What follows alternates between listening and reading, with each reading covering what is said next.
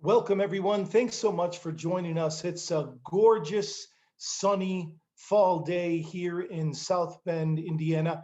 If you look out my window here from the main building, the Golden Dome, you can see just the beginning of the treetops beginning to change color.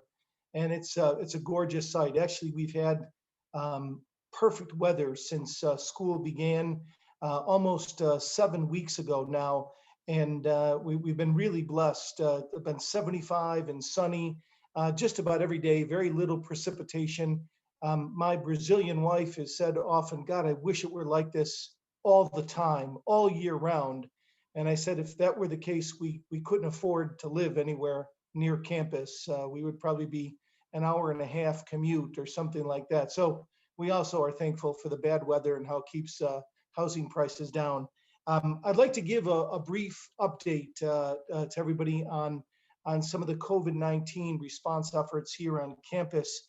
As many of you are well aware by now, we decided yesterday to cancel this weekend's game with Wake Forest. We had 7 positive cases among the football team, as it has been widely reported at the end of last week, and then another 7 positive tests on Monday, and then with the contact tracing, the students that will be quarantined that were around them, it was prohibitive to play a game.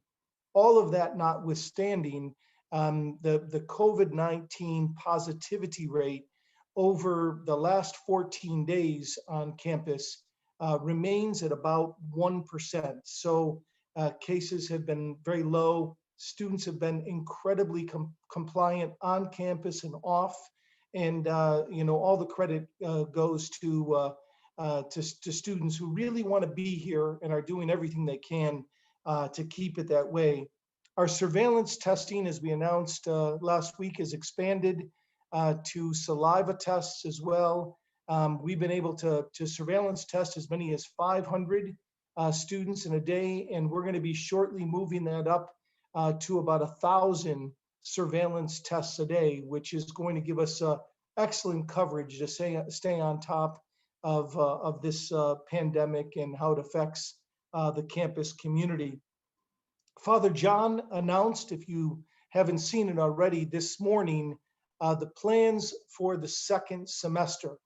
So the plans as they stand now are that we will welcome students back to campus on Wednesday, February 3rd, and classes will go through the middle of May. The last day of finals will be May 19th. There'll only be one day off. There will be no spring break, and that will be for Good Friday. It'll be the first time that we'll really able to welcome the full student community back on campus for the Easter celebrations, the Triduum, and everything that are so beautiful here on campus.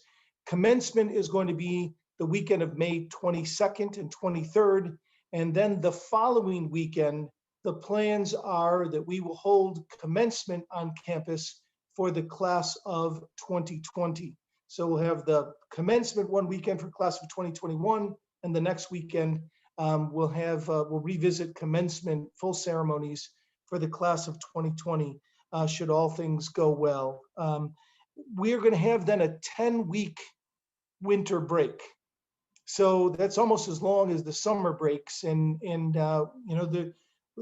we recognize that there's going to be many students who will stay on campus during that time. Those students that are student athletes, and if they're going to be in season, or they need to continue to be in conditioning for the spring season. We know that a lot of international students are not going to be able to go back. And then many of our students with lower socioeconomic backgrounds, will be forced in many cases to stay on campus as well. We're going to offer optional online courses for students that are here on campus, as well as those that return to their homes. We're going to have special career discernment opportunities so they can work with the Career Center on internships and jobs, which again, a plug that we can always use your help, especially in these times, if you have an internship or job that you can offer.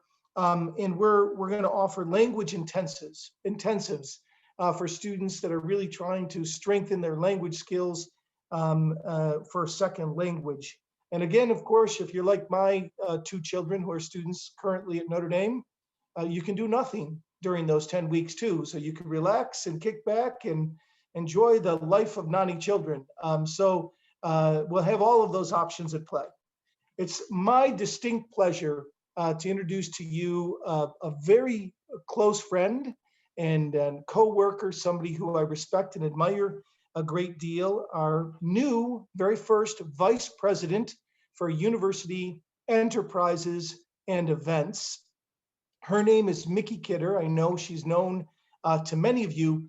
Micki, let's just start out. You've had this amazing trajectory of jobs at Notre Dame. Many people don't recall that when you came as a young CPA to Notre Dame, originally you began work in the internal audits department here at the university, and quickly you were identified as a rising star, and Father Jim McDonald hired you in the president's office to work with the Notre Dame Board of Trustees. Shortly thereafter, John Affleck Graves, noting your talent, hired you to be his chief of staff to the executive vice president. From there, we were fortunate to have you for several years as a leader of our development team, and you and I were able to work very closely together. And then recently now, a little over a year ago, you were named the first vice president of University Enterprises and Events. So the first and most obvious question is, who's the best boss you've ever had? See, this was not in our script. This is not something that you prepared, although I should have been prepared for it, Lou. Well, geez, how do I go wrong of saying Father Jenkins, John Affleck Graves, or you? I'm not sure which of those. No, you're right. I've been blessed to serve in a lot of wonderful capacities and work with a lot of incredible leaders. But for this audience, how about I say you? Is that fair? No, I think you should say Shannon, because you're current person that you report to, but she can see how politic she is. She's really, really good. But tell us a little bit, the scope of responsibilities that you have in this newly configured vice presidency is quite far ranging. Could you share with everybody what exactly you oversee and the size of the team that you manage? Absolutely. Yes, I'm happy to, Lou. Thank you. And thanks for the opportunity to be here today as well. It's a real privilege for me to share some of the stories of this team that has just been working tirelessly. In many ways, I have the privilege of working with a lot of the unsung heroes on this campus every single day. And it's been a joy and a privilege for the past year and a half.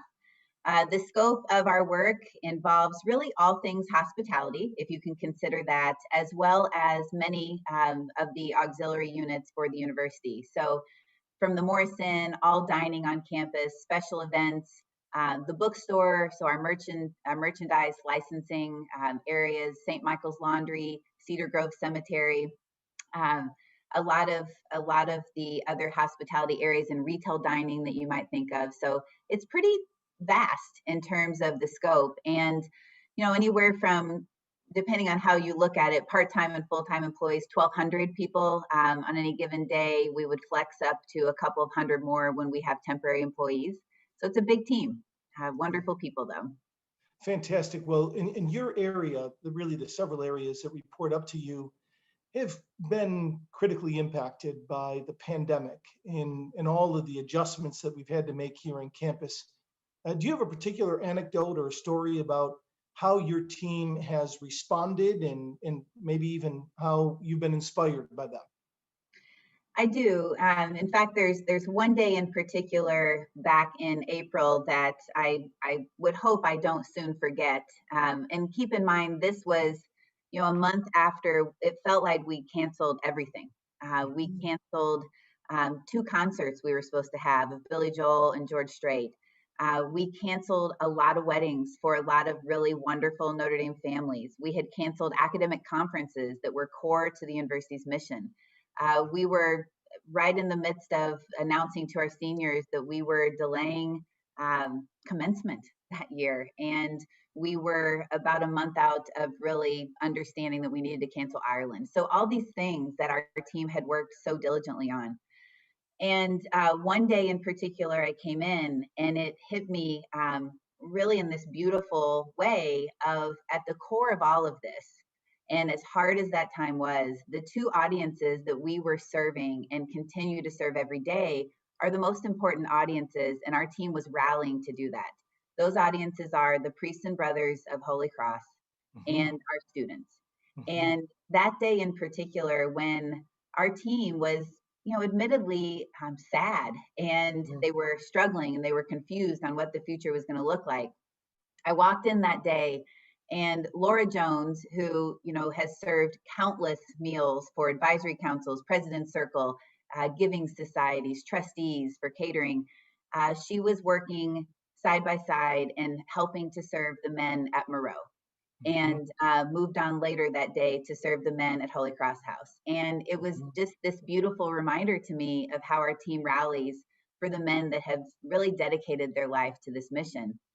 And that same day, I walked in, and we all know that Murph can pour the perfect Guinness.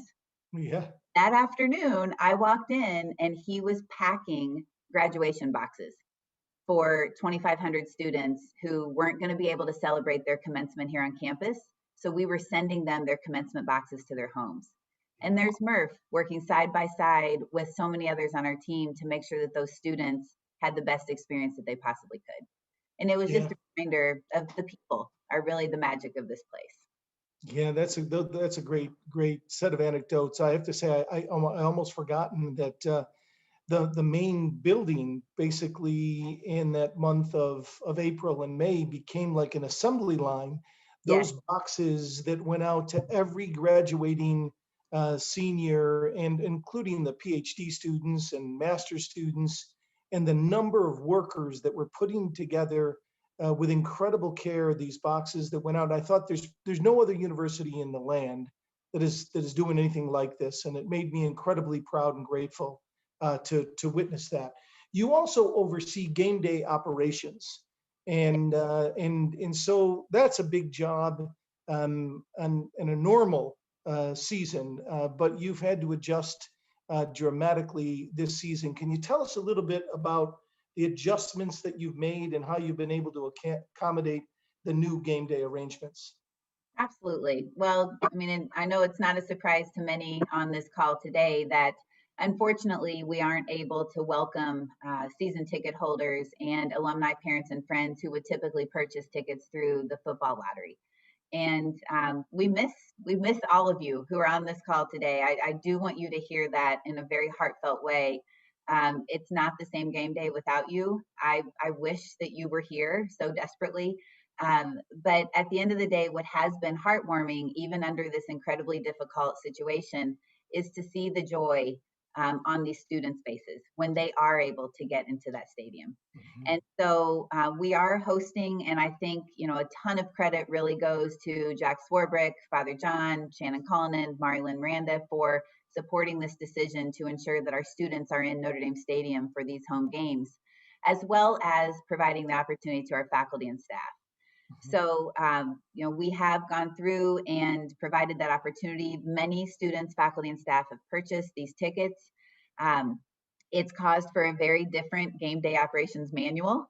Our pregame festivities, are no longer hosting so many on places like the Irish Green or in the parking lots, et cetera. It really has turned our attention to our students and Mhm. ensuring that we can offer on campus very safe but fun pregame, experiences for them.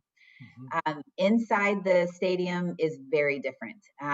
We are doing sanitation and physical distancing protocol signage that I don't think we ever imagined before this pandemic has hit. um, Everything that anyone would read around contactless experiences, we've implemented those type of procedures. So we've moved our technological opportunities to contactless ticketing and parking, concessions. We also have introduced some things like ensuring that the students are safe and enjoyable. So ensuring, free water for them. It's been a different season because we're not doing concessions, admittedly, in the stadium. Yet. We're not doing concessions yet. My hope is that we certainly can introduce that as the season progresses. Mhm. But I think all in all, we've been able to create as good of an experience for them as possible. You know, we're going to continue to refine this throughout the year. Some of you may see the empty kind of blue seats on the east side. That's where the camera shoots during national broadcast. That's something we're going to address for next game. We're working to ensure that our students, our faculty, our staff can sit in those areas. Mhm. So, you know, it's been different, but maximizing that student experience has been our foremost priority. Last week, we spoke with our provost, Mari Lynn Miranda, and she said that we don't just want to survive the coronavirus pandemic, but we also want to learn from it and have it kind of change some of the ways that we do business going forward. When you look at that game day experience and some of the contactless approaches that you've talked about, do you see any permanent changes, the acceleration of change that is provoked by the pandemic? Do you see this maybe changing and enhancing the way we do game day going forward? I do. I mean, I think that innovation has, in a very good way, been a necessity the past 6 months, and certainly for Mhm. our team. I mean, I could talk at ends about the innovation required across a lot of our dining and our restaurants, et cetera. But game day, there's been a significant amount of innovation that I do believe will stick. Contactless concessions. You know, this is something we've been wanting to do for a long time. In-seat food delivery, ensuring that that guest experience, if you're in a stadium, can continue to elevate. And I do believe that this is going to be a catalyst to get us there quicker. We're not doing that right now because we don't have a lot of fans in the stadium, but we have implemented the technology to ensure that contactless concession so that when we welcome so many back to the stadium, hopefully next year, that would be an added benefit. Um, just the overall cleanliness, frankly, of the stadium as well. I think this is something that's absolutely going to stick. Now, we have, I hope, provided the cleanest stadium in all of collegiate sports in the past. Mhm. And I have no reason to believe that that won't continue to elevate and create even a greater differential. But sanitizing in the restrooms, I mean, queuing lines, things like this in the concourse, we've implemented a lot of best practices this season out of necessity, but I think Mhm. there's things that we will continue doing that will elevate the fan experience when you're in. Mhm.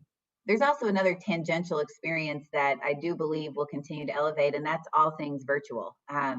You know, I hope we don't get to the situation where it's such a good virtual experience that you don't want to be in the stadium. I don't think that's going to happen because people crave human interaction.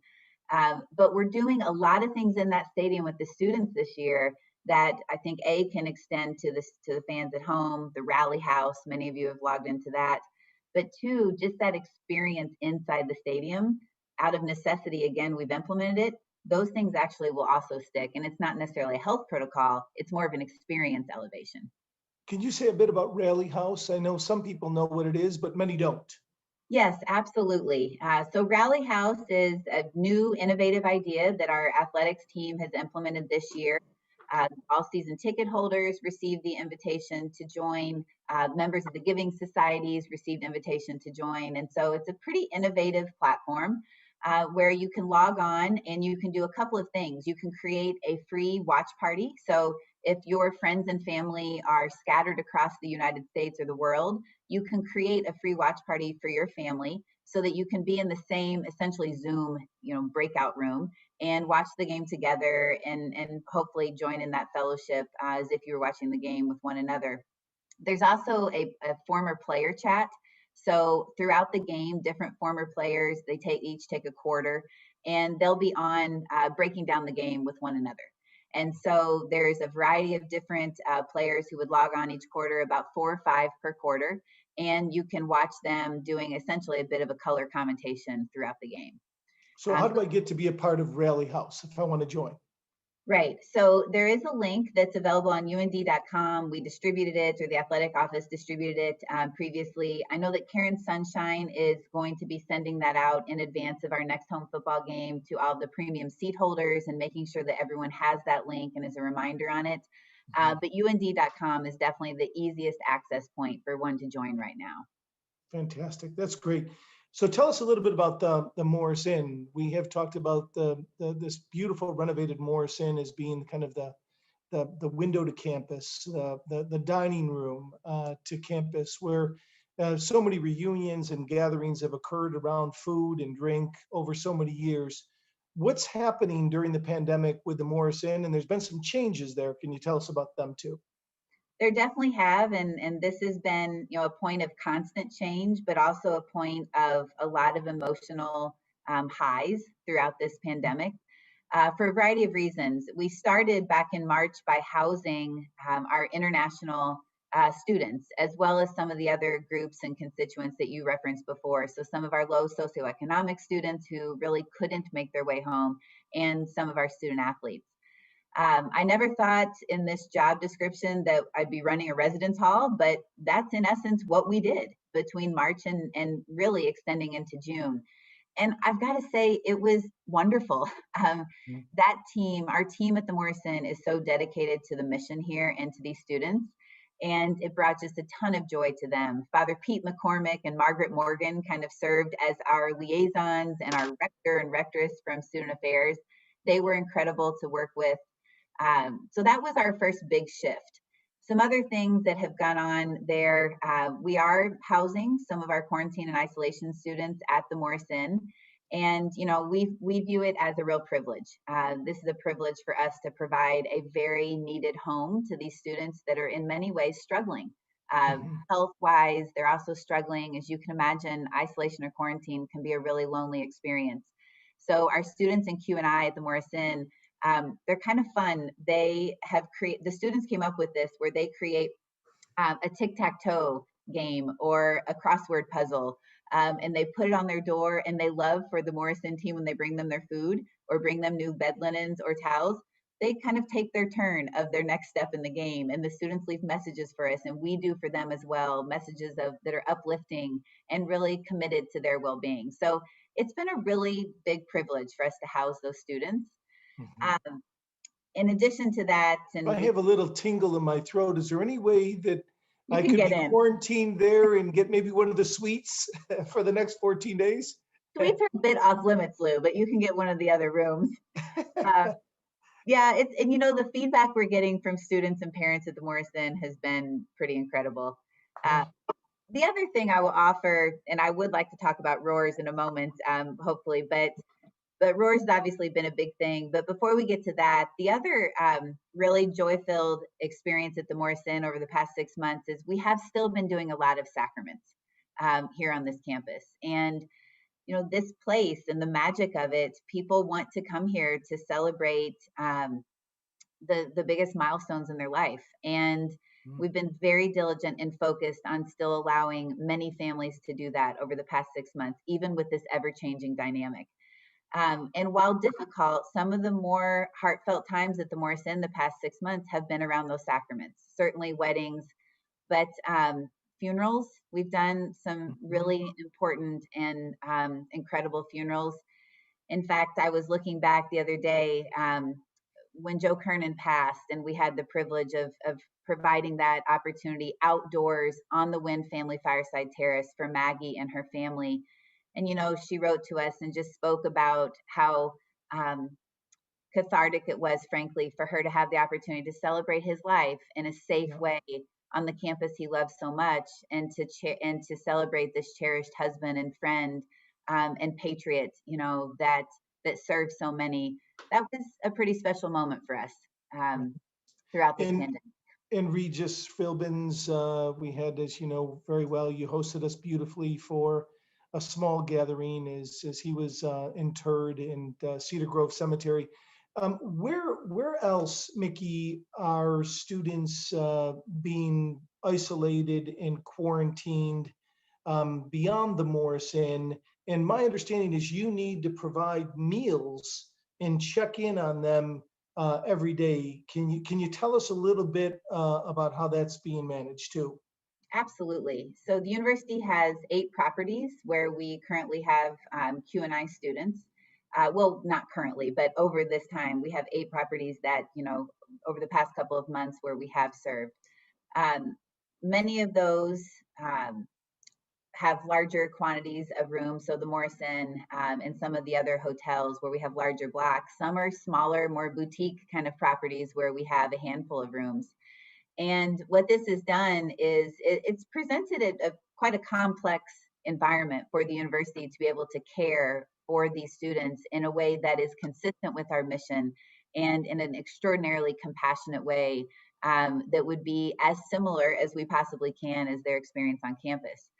So it's stressed the system, admittedly. For Mhm. our vantage point, providing food to these various properties has been a really important part of that. And, if you're a parent of a student in quarantine, you want to know that your student and your child has the basics, obviously, to get through, a warm shelter, a good environment, and food. So we have been providing 3 meals a day. The interesting thing for us in providing those across those properties is, students have a lot of dietary restrictions, allergies, et cetera. And so we have made sure to do that in a very personalized manner. We're running a lot of that right now out of the kitchen at Roars at the Morris Inn. And that team is really responding beautifully and loves to care for these students. So you may have even seen some of that food featured. If you're on TikTok, Lou, you may have seen that on some of the students who have been highlighting that. But it's been a pretty incredible, heartwarming experience for us to do that and to do it safely for them, right? We can't send a meal to a student who has a nut allergy that is full of nuts. Like, that's a very serious thing that's important to us. So we've done it with a lot of work of a lot of great people around here. Well, we'll have to ask my 10-year-old daughter if she's seen any of these things on TikTok. This is the one of the policies I'm really excited about it, seeing TikTok potentially banned, at that level. But so talk to us. Go back and talk to us a little bit about the remodel and the expansion of Roars. I've had a chance to look in, and it's absolutely gorgeous. I mean, the care and design that you and your team and others put into redeveloping that space, which unfortunately we have not been able to welcome as many members of the Notre Dame family back to as we had hoped at this point, but they will see it in the future. Tell us a little bit about it, and also the enhanced food offerings and service that's provided as well. Yes, thanks for asking. It's one of, as you very well know, it's one of the highlights that I've experienced since joining this division and taking this job 18 months ago. It is an absolute privilege to be able to build this restaurant, and to have the Rohr family name on it is also something I don't take lightly. Just a huge amount of gratitude to Jim Rohr and Sharon and the whole family and what they have done in providing this opportunity. As many of you may know, we did have two distinct restaurants in the Morrison. Over time, what we realized is that demand for the more formal, kind of refined dining really had significantly fallen off. And so while Soren's was a beautifully cherished component of the Morrison, admittedly, we just weren't getting much business there Yeah. prior to last fall. And so we did decide to really combine the square footage of both of the previous restaurants into now one restaurant named Roars. It has two distinct dining rooms. The east side dining room, which is the footprint of the old Roars, will be used for certainly overflow seating, but also some special events. On game day in the future, I hope to see that packed full of people for the whole day. A little bit different this game day, but Mhm. it offers an opportunity for some special events. And we now have the footprint of what was Soren's as really the main dining room. Mhm. Uh, and we worked with a designer out of New York, the same designer that helped us design Foley's in O'Neill Hall on the south end of Notre Dame Stadium. Just a wonderful team of people who really understands the core mission of Notre Dame.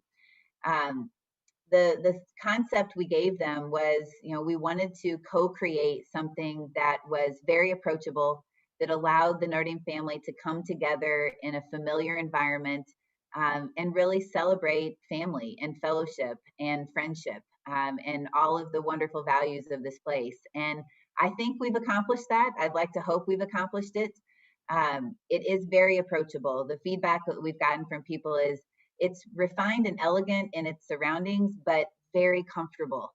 And everyone, students, faculty, staff, alumni, parents, the local community is welcome to come there under a roof that you can call your own and Mhm. create more Notre Dame memories.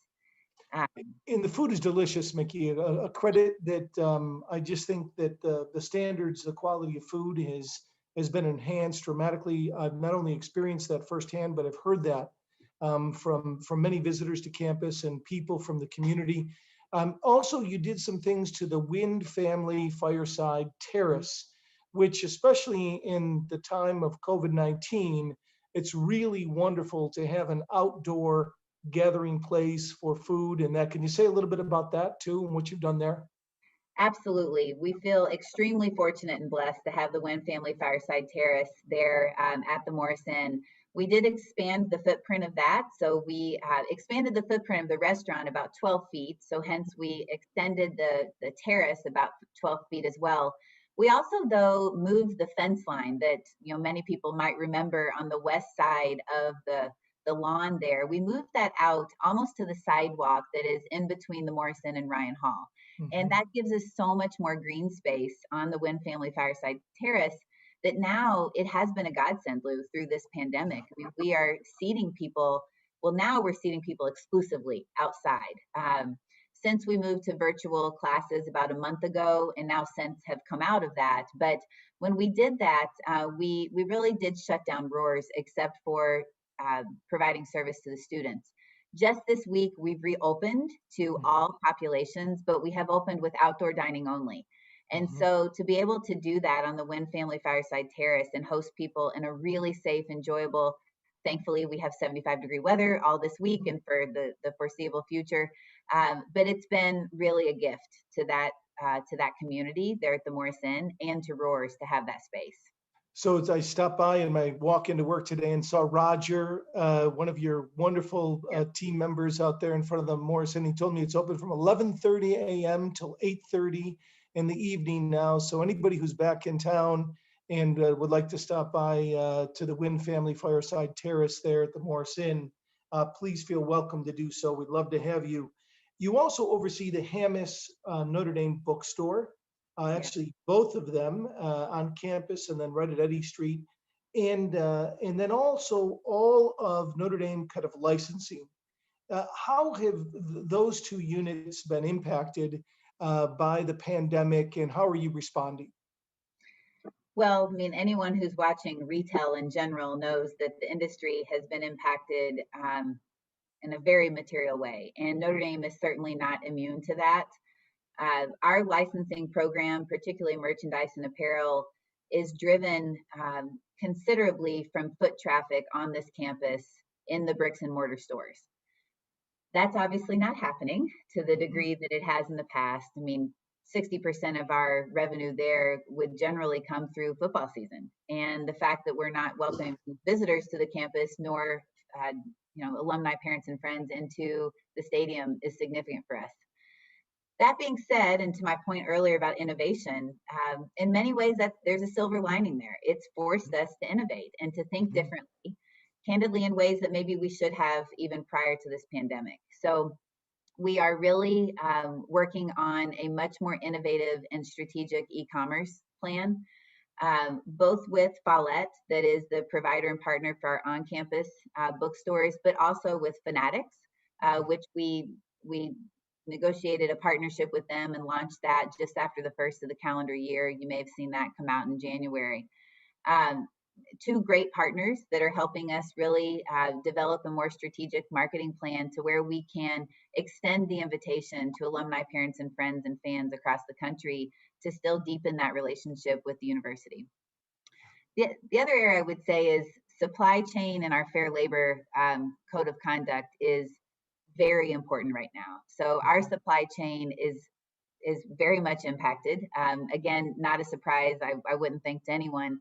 Our licensees are in a very distinct situation right now because of that supply chain, and because of our commitment to fair labor. that puts an additional pinch on us. Although right now, not a ton would be coming out from China for us right now anyway. And so we really are leaning into those licensees with our Made in America products, as well as other countries that support fair labor. Mhm. Terrific.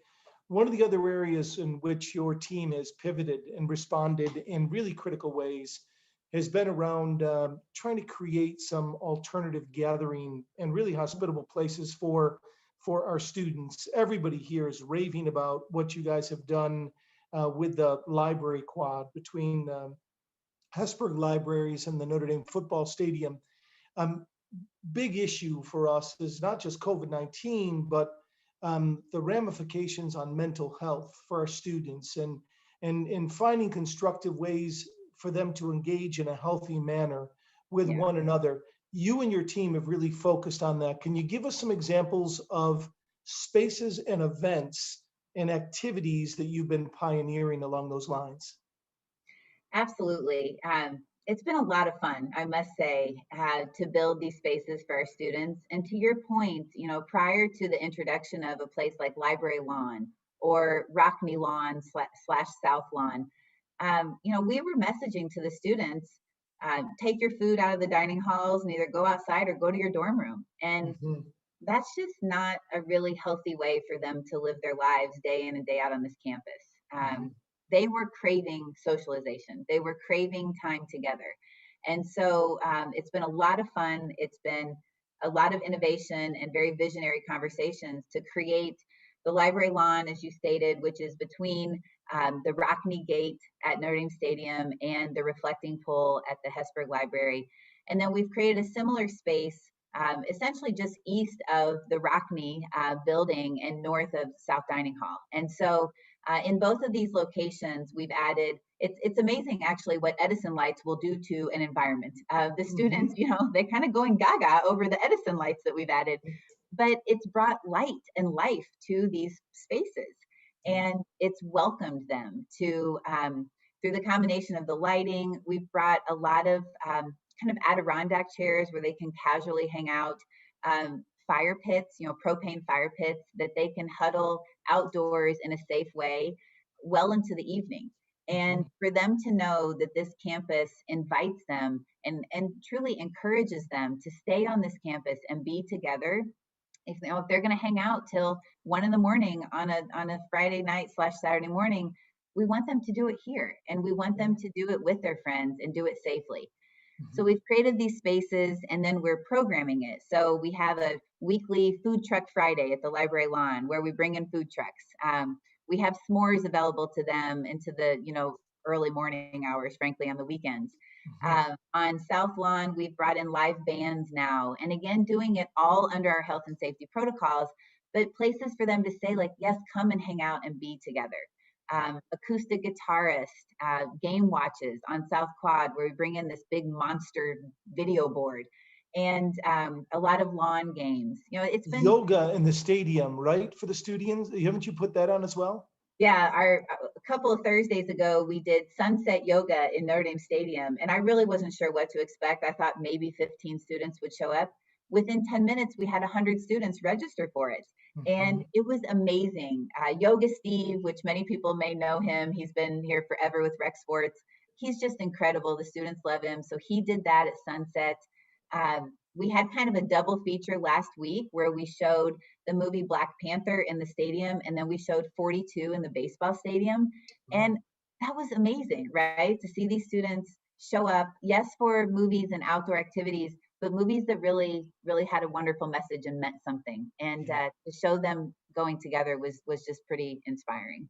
It's really it's had such a wonderful impact on campus. And again, like we mentioned before, I would hope and expect that some of these are going to be permanent changes. There's no reason why we cannot dress up some of these quads and encourage people to be outside, not just during a pandemic, but for many years to come. How about some of the special events that you're planning, as well as what are your thoughts about preparing as the weather gets colder? Yeah, great questions. Our intent is absolutely to continue programming these special events for the students. Mhm, I'm so proud and grateful for the partnership we've developed with Student Affairs.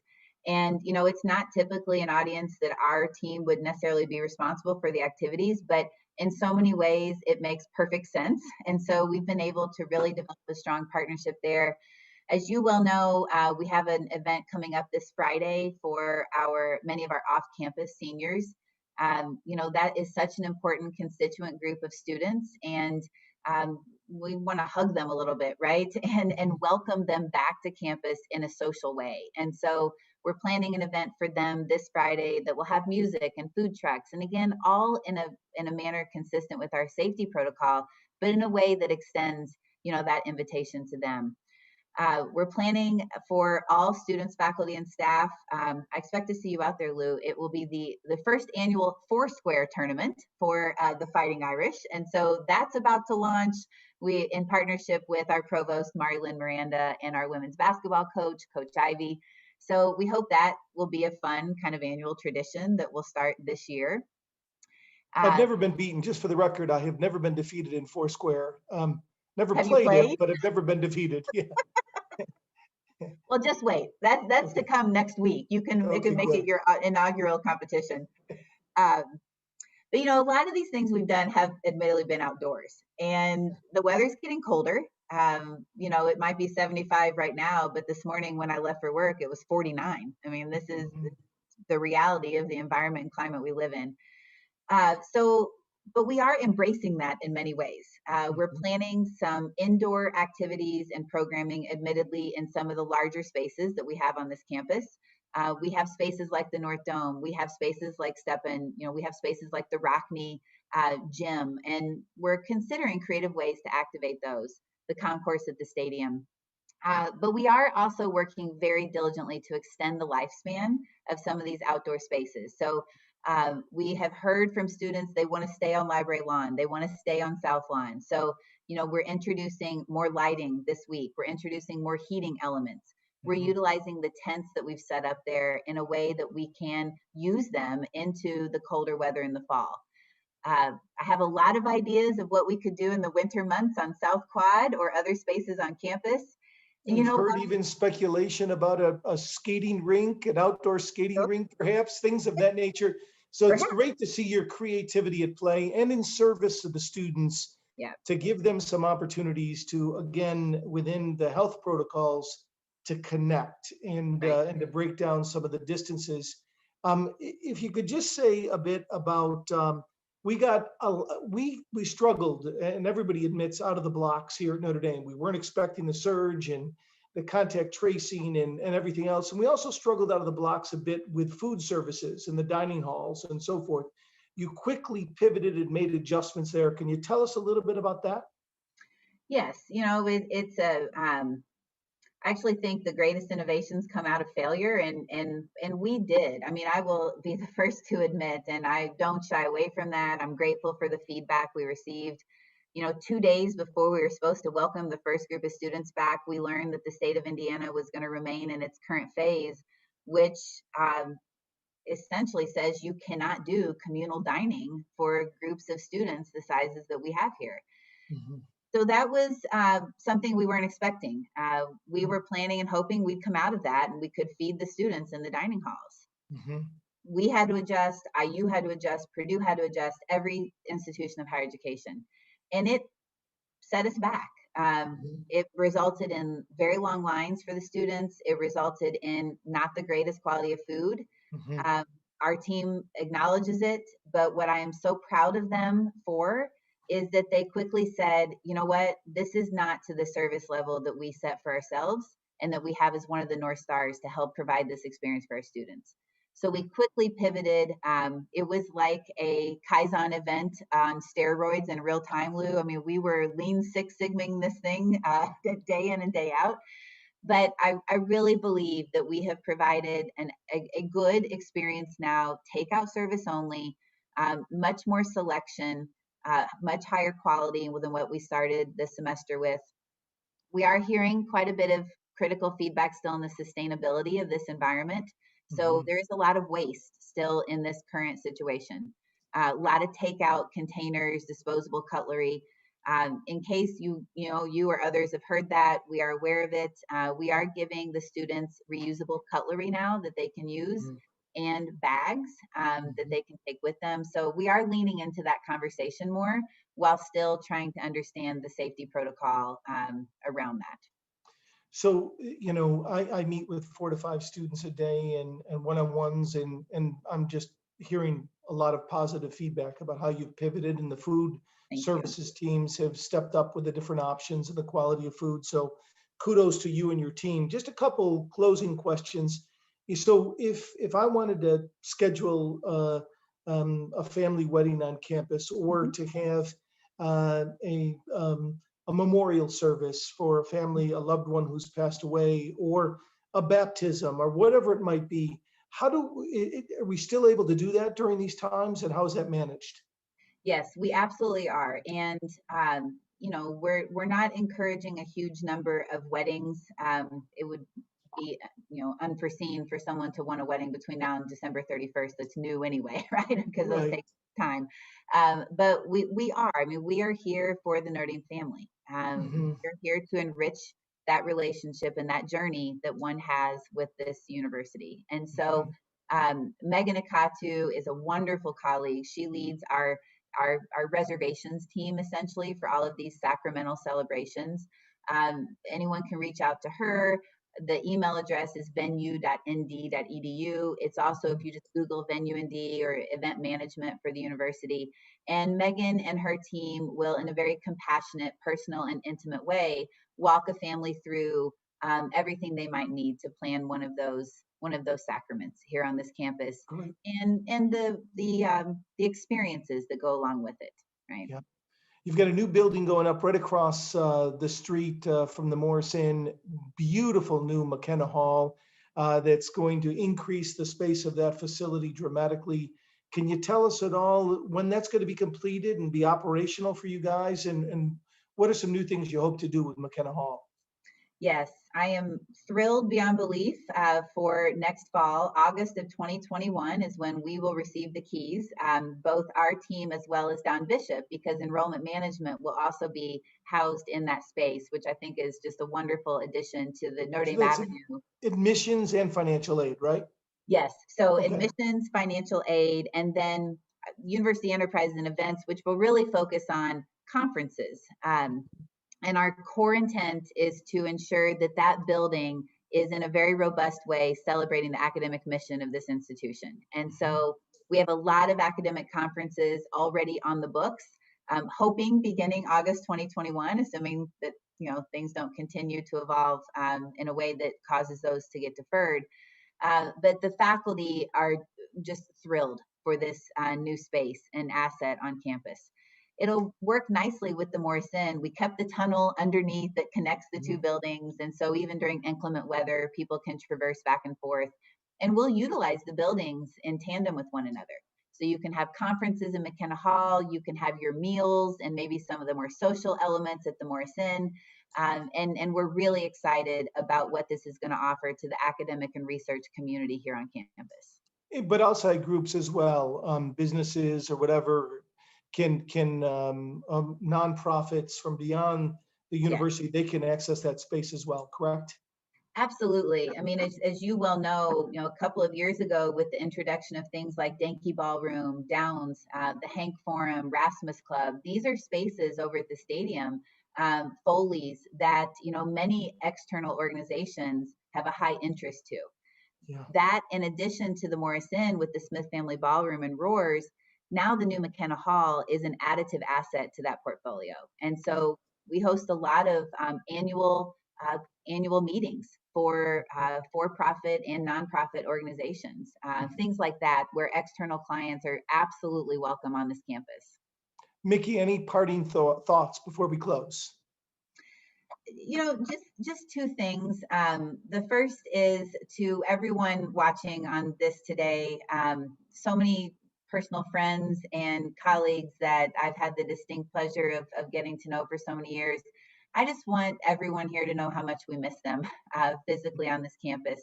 But the most amazing thing, as I said before, the magic of this place is the people and the relationships. And so while you may not be here physically, I hope everyone that is watching this today or may watch in the future knows you are in our hearts here every single day. I mean, you are what makes this place in addition to the students and faculty. And so just a big thank you to everyone who may be watching and know how much you're missed. Um, and then secondly, Lou, I think that I hope this doesn't come as a surprise. The absolute highest priority that we can do on this campus, and we know it, is keep these students safe. Mhm. And I was walking in today and I saw the daughter actually of a President's Circle and Advisory Council member. And she said, "Hi, Mrs. Kidder." And we talked for a little bit. And she said, "I just want to thank you for allowing me to be here."